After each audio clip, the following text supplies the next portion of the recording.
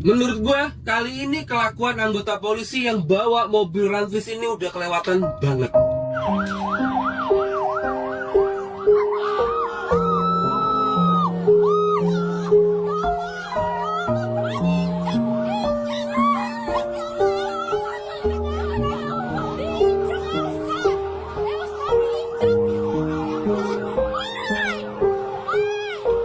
Lu pikir pakai otak, Bang? Itu manusia. Dilindas pakai mobil lapis baja yang beratnya berkali-kali lipat lebih berat dari mobil biasa.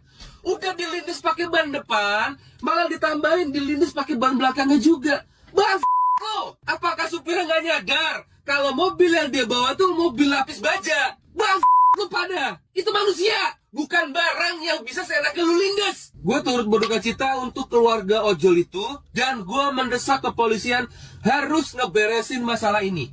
Jangan lepas tangan, dan jangan mendadak bikin statement kalau itu cuma kecelakaan. Karena dari yang gue lihat ini ada faktor kesengajaan. Cari tahu siapa supirnya dan hukum seberat-beratnya. Terus satu lagi, saran gue buat para polisi, itu gas air matanya daripada dipakai buat tembakin rakyat, lebih baik tembakin ke dalam gedung DPR. Biar yang katanya wakil rakyat itu pada keluar, nemuin rakyat yang ngasih mereka makan pakai duit pajak. Gila. Apa lo? Halo guys, saya mau mengucapkan turut berduka cita, turut berbelasungkawa, innalillahi wa inna ilaihi rajiun, kepada Pak Afan Kurniawan, pejuang demokrasi kita, yang telah gugur tadi malam.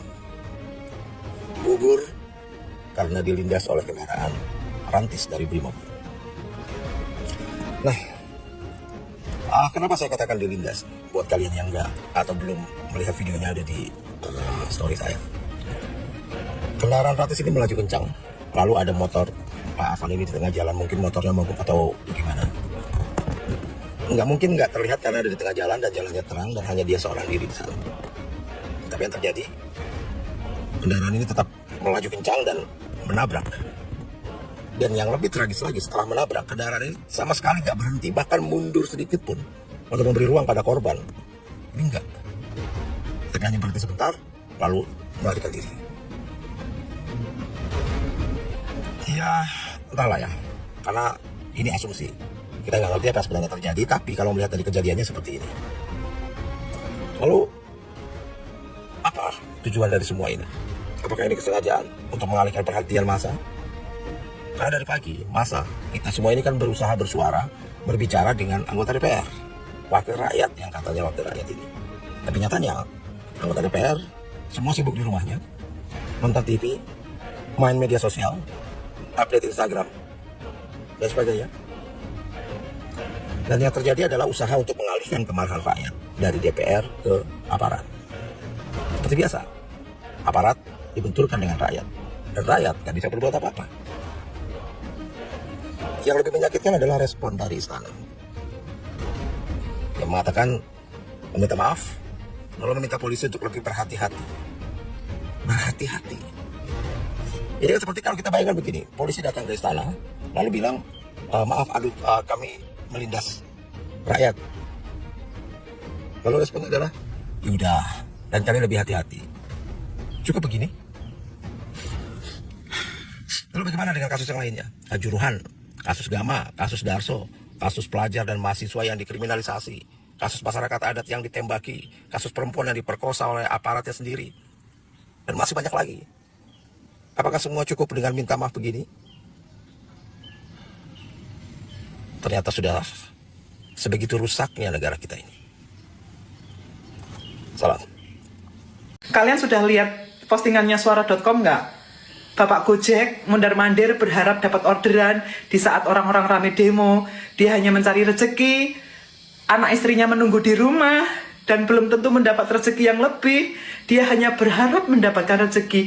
Lagi di tengah jalan pelan-pelan ditabrak pakai mobil polisi yang dari baja itu. Ya ampun, tadi subuh ditabrak, ditelindas, ya ampun. Kalian lihat nggak postingannya di suara.com? Postingannya ada di sana. Itu polisi ya. Kita rakyat kecil, Bapak Gojek nyari uang yang untungnya nggak seberapa. Anak istrinya menunggu di rumah. Hasil Gojeknya belum tentu bisa buat pendidikan yang layak.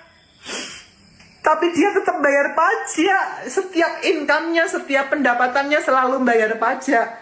Pajaknya dipakai untuk bayar kau para polisi. Tapi kau tega menabrak Bapak Gojek yang gak salah apa-apa, yang tidak menyerang kamu apa-apa. Miris banget, aku tadi lihat postingannya di suara.com. Sedih banget Bapak Gojeknya. Coba kalian cek lagi, aku sedih. Ikut, emosi, tapi ikut teriak, aku teriak. Nonton aja aku teriak. Bapak ojek yang lagi berharap nyari rezeki, ampun. Aduh. Semoga 98 gak terulang ya. Katanya Polri bertanggung jawab penuh. Spill dong, tanggung jawabnya kayak gimana? Dikasih apa bapak yang telah kehilangan anaknya? Mau tahu gue tanggung jawabnya Polri kayak gimana? Pak, ini gue udah mau tidur sebenarnya, cuman gue abis nonton video itu yang polisi nabrak ojol itu sampai itu sengaja menurut gue, karena kenceng banget di tengah keramaian. Kenapa sih? Terus udah nabrak dia maju terus padahal di bawahnya itu masih ada orang kelindes. Gue tuh marah banget ya, gue tuh sampai nangis, sampai ya Allah, kok ada ya orang setega itu, anjing banget. Aku yang manusia, kata gue. Tebak-tebakan aja deh, ini ujungnya gimana. Itu yang nabrak bakal diproses atau enggak, gue nggak tahu nanti ujungnya gimana, karena kemarin polisi yang narkoba aja cuma disuruh sholat. Ini gue nggak tahu disuruh sholat wajib sama sholat sunnah kali. Gue nggak ngerti lagi. Kalau sampai nggak diproses, gue udah nggak ngerti lagi sama negara ini. Gue harus percaya sama siapa? Cuman rakyat aja yang bisa dipercaya. Gue sedih banget guys ngeliat ini. Polisi Republik ini membunuh satu rakyatnya dengan mobil rantis barakuda. Apa pikiran lo dan siapa yang memerintahkan lo untuk menjalankan rantis barakuda di tengah-tengah orang, manusia yang berjalan? Ini sudah pelanggaran berat HAM yang terekam dalam kamera, dan besok semua media internasional sudah akan melihat bahwa apa yang dilakukan oleh polisi negara ini melindas rakyatnya pakai mobil perang. Yang kalian tertibkan itu manusia, tidak menggunakan kendaraan apapun dan tidak menggunakan tameng apapun. Dia tidak berbahaya untuk mobil lo dan dia tidak berbahaya untuk orang-orang yang sudah berseragam dan bersenjata. Kenapa memukul mundur demonstran seperti itu? Driver ojol itu bernama Afan Kurniawan yang sangat muda sedang mengantarkan barang ke area Bendungan Hilir, terjepit di dalam keramaian. Kemudian mobil barakuda lo itu ugal-ugalan nabrakin orang. Lo gak cuman akan bunuh satu orang kan tujuan lo? Siapa di balik kuping lo itu yang bilang bahwa boleh melaju sampai kokas? Lo melaju dan tidak berhenti dan gak menghadapi masyarakat saat itu dan gak menjawab. Siapa? Angkatan bersenjata itu punya satu komando dari atas untuk melaju atau tidak, untuk diam atau sekedar berlindung dan mengayomi rakyat. Polisi harusnya menjaga demonstrasi itu selesai dengan damai. Ketika sudah makan korban jiwa, dilihat dengan mata kepala kita sendiri, satu Indonesia, bahwa mobil lawan manusia,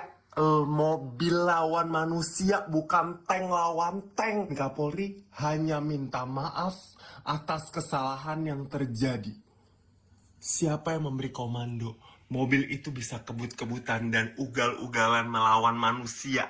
Siapa? Istana hanya minta maaf lewat Mensesnek Prasetyo Hadi. Sekarang presidennya mana?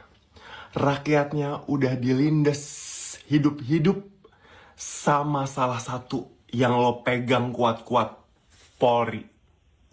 Mana petinggi-petinggi? Mana orang yang harusnya melindungi rakyat dan berjuang demi rakyat? Lo semua dibayar pakai uang rakyat.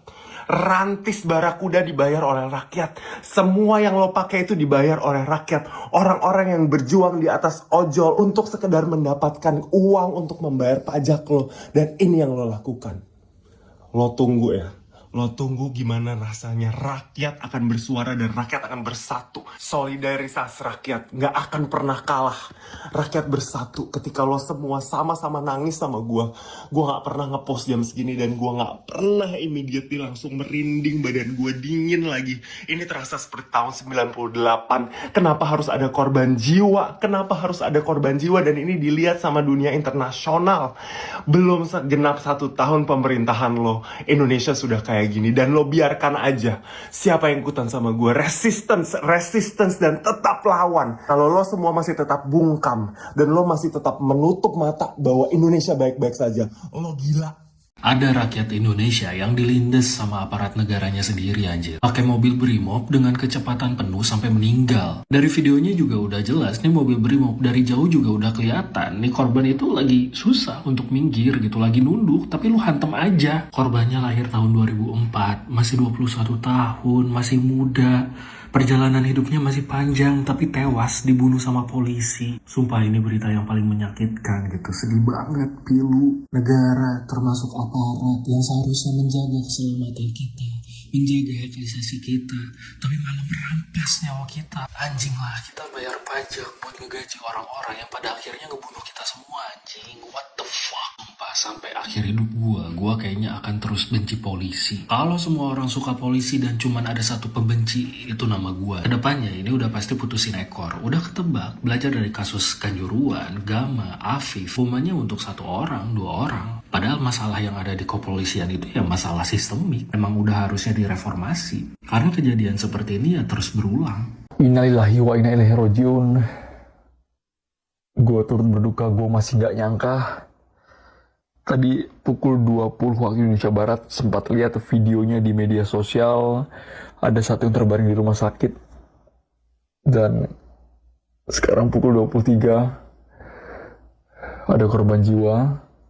Driver ojek online di tengah kerumunan yang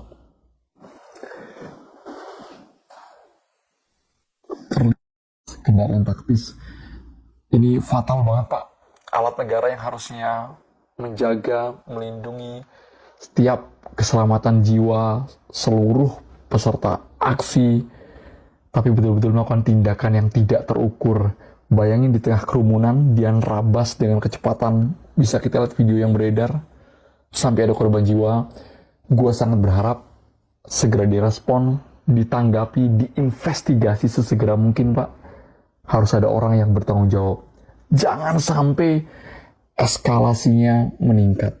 Gue lagi di titik aksi dan penggunaan gas mata berulang. Dan lu harus tahu, gas air mata itu menelan anggaran super jumbo sampai 160 miliar lebih. Dan sering banget expired dan beracun. Sampai bahkan perang internasional pun melarang penggunaan gas air mata. Warga-warga banyak banget yang jadi korban. Dulu saat gue di BEM Unpad tahun 2022, gue dan teman-teman sudah pernah bikin campaign soal petisi tolak gas air mata. Karena gas air mata tidak pernah transparan, membunuh rakyat, dan ini bentuk excessive use force of police atau penggunaan kekuatan berlebihan oleh polisi. Kita juga sama-sama tahu teman-teman bahwa gas air mata pernah menelan tragedi Kanjuruhan yang memakan korban 130 lebih. Jadi nggak ada alasan polisi masih menggunakan dana 160 miliar lebih. Itu pun baru terdata dalam penggunaan gas air mata yang jelas ini adalah alat membunuh rakyat sendiri. Nggak paham lagi ya, anggaran kepolisian itu salah satu anggaran terbesar di Indonesia. Top 3 lembaga negara dengan anggaran terbesar tuh Polri gitu. Dan kita masih sering melihat dengan anggaran sejumbo itu, polisi masih menempati posisi sipil. Polisi kalau dikasih laporan masih mandek, polisi belum betul-betul hadir dalam penanganan korban-korban di lapangan dengan anggaran sejumbo itu. Dan bagi gue salah satu bentuk reformasi Polri bukan hanya internal, bukan hanya perlu bahkan membuat polisi itu minimal lulusan S1 biar lebih berpendidikan, tapi juga perlu menghilangkan gas air mata. Again, lo kemarin lihat gas air mata masuk ke rumah warga, KRL, lapangan GBK, bahkan di berbagai kota itu sampai masuk ke masjid segala macam. Ini udah nggak ada adabnya nih gas air mata. So kita perlu menyerukan lagi tolak gas air mata. Yang kedua adalah reformasi Polri seutuhnya.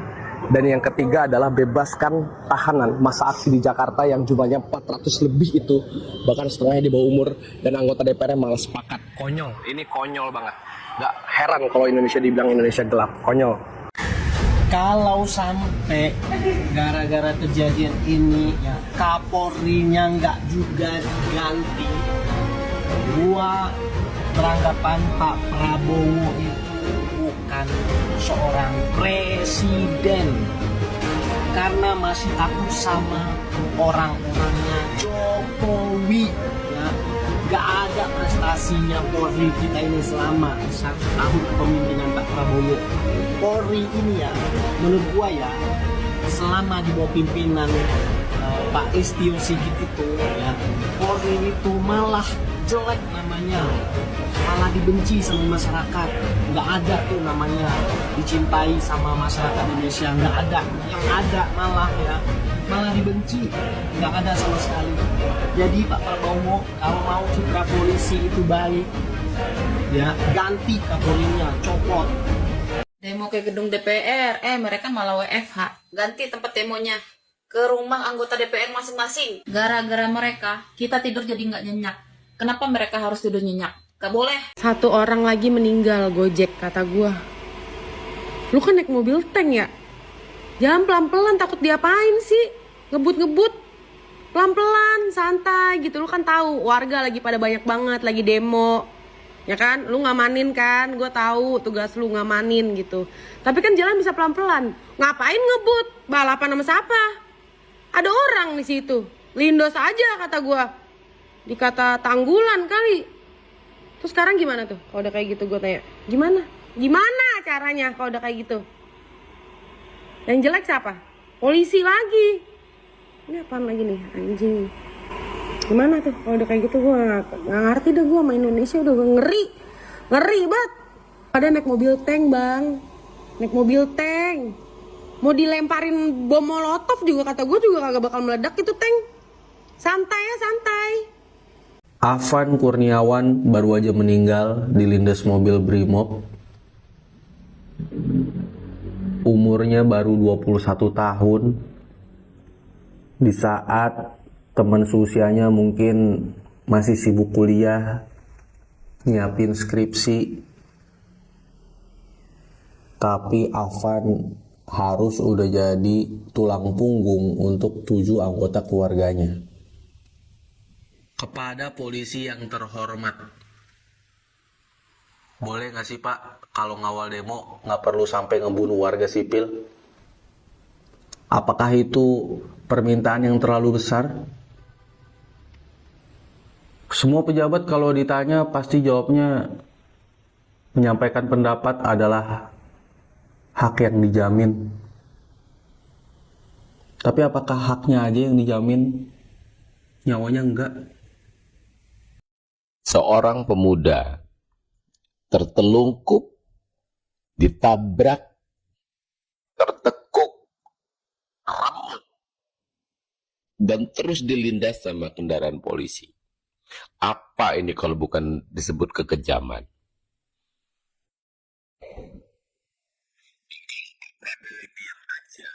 Tidak menanggapi apapun tentang masalah ini, tidak ngasih statement apapun. Berarti Pak Prabowo memang benar pelanggar HAM. Diam itu artinya kejam loh. Tidak bersuara sama sekali, sedangkan Pak Prabowo punya power. Berarti Pak Prabowo memang pelanggar HAM. Benar berita-berita bahwa Pak Prabowo pelanggar HAM itu benar. Pak Prabowo nggak bisa diandelin buat memimpin negeri ini kalau Pak Prabowo diam aja. Yang pertama gue ingin menyampaikan turut berduka cita kepada Afan Kurniawan. Dia adalah driver ojol yang ditabrak oleh mobil Brimob. Ini orang kelahiran tahun 2004. Gue nggak tahu apakah ada korban lain atau enggak. Dan gue melihat kejadian itu di atas kereta. Update tiap menit, ada video baru, angle yang baru. Teman-teman juga udah ada yang ke RSCM, update juga tiap menit. Sampai Gue itu pada titik kesimpulan melihat kondisi negara ini semakin hari semakin gak ada yang benar. Harusnya pemerintah, baik legislatif maupun eksekutif, orang-orang yang duduk di situ malu gitu ya. Kapolrinya juga harus mundur karena dia gagal dalam mengamankan kondisi ini. Lagi-lagi ada yang tewas dan clear, buktinya di mana-mana. Jelas. Semua orang bisa melihat, berbagai angle dia bisa lihat. Bukan hanya pada kasus ini aja dia bermasalah. Jadi secara etis, secara moral, harusnya dia mundur. Ya.